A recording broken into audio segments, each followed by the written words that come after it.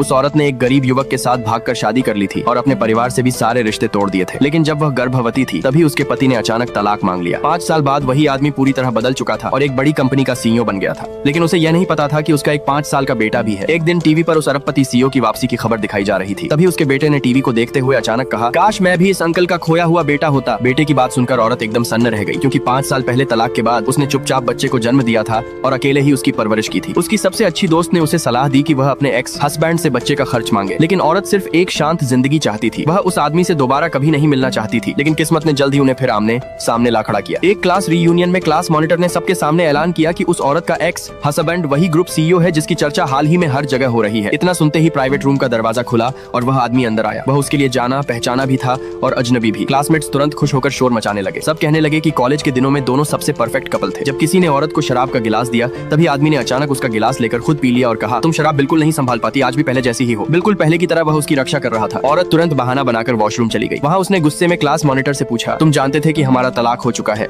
फिर भी ये मुलाकात क्यों करवाई? क्लास मॉनिटर ने कहा, मैं बस तुम दोनों को फिर से मिलाना चाहता था। औरत ने बिना सोचे साफ मना कर दिया। लेकिन उसकी ये बात उस आदमी ने सुन ली थी। इसके बाद आदमी ने उसे घर छोड़ने की पेशकश की। पूरे रास्ते दोनों के बीच खामोशी छाई रही। घर पहुंचने के बाद आदमी ने ऊपर चलकर घर देखने की बात कही, लेकिन औरत ने तुरंत मना कर दिया। उसे डर था कि कहीं बच्चे का राज खुल न जाए। तभी आदमी की नजर उसके फटे हुए मोजे पर पड़ी। उसने ताना मारते हुए कहा, लगता है इन 5 सालों में तुमने अच्छी जिंदगी नहीं बिताई। इतना कहकर वह गुस्से में वहाँ से चला गया। अगले दिन औरत को एक इंटरव्यू असाइनमेंट मिला। इंटरव्यू उसी सीईओ का लेना था। मजबूरी में उसे कॉल करके अपॉइंटमेंट लेना पड़ा। लेकिन फोन खुद उसके एक्स हस्बैंड ने उठाया। उस आदमी ने एक शर्त रखी, मेरे साथ अस्पताल चलो, मेरे दादाजी के सामने खुशहाल पति पत्नी का नाटक करना होगा, उसके बाद ही मैं इंटरव्यू दूंगा। उसी समय उसके बेटे को तेज बुखार हो गया और उसे भी अस्पताल ले जाया गया। संयोग से सीईओ के दादाजी ने उस बच्चे को देख लिया। बच्चे का चेहरा बिल्कुल उनके पोते जैसा था जब वह छोटा था। बूढ़े आदमी को तुरंत शक हो गया। उन्होंने तुरंत अपने पोते को फोन करके पूछा, कहीं तुमने बाहर कोई बच्चा तो नहीं पैदा कर रखा? उधर औरत अपने बेटे को घर ले जाना चाहती थी, लेकिन बच्चा बार बार अपने पिता से मिलने की जिद कर रहा था। मजबूरी में उसने बच्चे को अपनी दोस्त के पास छोड़ा और खुद अपने एक्स हस्बैंड के साथ उसके दादाजी के घर चली गई। लेकिन वह बच्चा बहुत होशियार था।